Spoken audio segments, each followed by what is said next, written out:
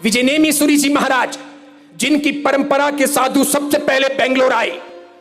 लब्धेश्वरी जी महाराज के जमाने में विजयनेमीश्वरी जी महाराज के साधु शुभंकरश्वरी जी, विशाल सेनश्वरी जी, अन्य अन्य साधु यहां पर आए। और बाबूभाई गांठियावाले के बेटे शीलचंद्रश्वरी जी ने भी उनके पास में दीक्षा ली, जो आज जिन शासन के बहुत बड़े आचार्य हैं, जाने माने राइटर हैं। वे जब कभी कोई आर्टिकल लिखते हैं जैन धर्म पर, तो सभी बड़े बड़े आचार्य उस आर्टिकल को पढ़ते हैं। उनकी बातें ऐसी जोरदार खतरनाक होती है। वे बेंगलोर के निवासी, बेंगलोर में जन्मे, वे शीलचंद्रश्वरी जी महाराज। मैं उस समुदाय की बात कर रहा हूं। एक बार जामनगर में, जामनगर के राजा, भारत की आजादी के पहले की कहानी, आचार्य भगवंत के दर्शन करने के लिए उपाश्रय में प्रवेश हो रहे थे। आचार्य नेमीश्वरी जी महाराज डंडासन लेकर एक छोटे साधु को दोनों पैर पकड़ करके चूतट पर पीट रहे थे, डंडे लगा रहे थे। वो साधु रो रहा था।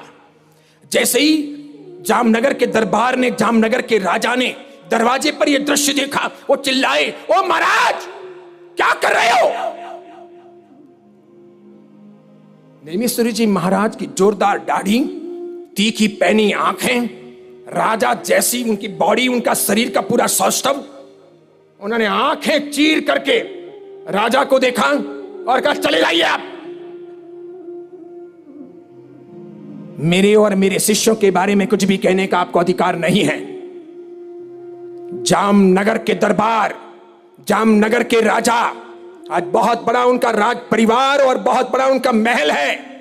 वो जाम साहब जिनके नाम से कई काम हुए, वो जामनगर के दरबार डर के मारे चले गए। उन्होंने 4-5 श्रावकों से बात की कि आज मैं गया था उपाश्रय, आपके महाराज साहब छोटे बच्चे को पीट रहे थे, साधु को पीट रहे थे। ऐसा कोई पीटना चाहिए क्या? 5-6 दिनों के बाद में अंततः महाराज साहब बहुत याद आने लगे। 4-5 बड़े श्रावकों को लेकर माफी मांगने के लिए जामनगर के दरबार राजा वापस नेमीश्वरी जी महाराज साहब के पास में आए।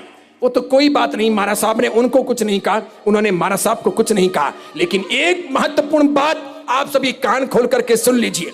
विजयनेमीश्वरी जी महाराज के हाथों से जिस किसी भी आचार्य भगवंत ने मार खाई, जिस किसी भी साधु ने मार खाई, वे सभी आगे जाकर महान बड़े आचार्य बने, सब विद्वान आचार्य बने, एक एक विषय में, एक एक सब्जेक्ट में सब बड़े महारथी बने।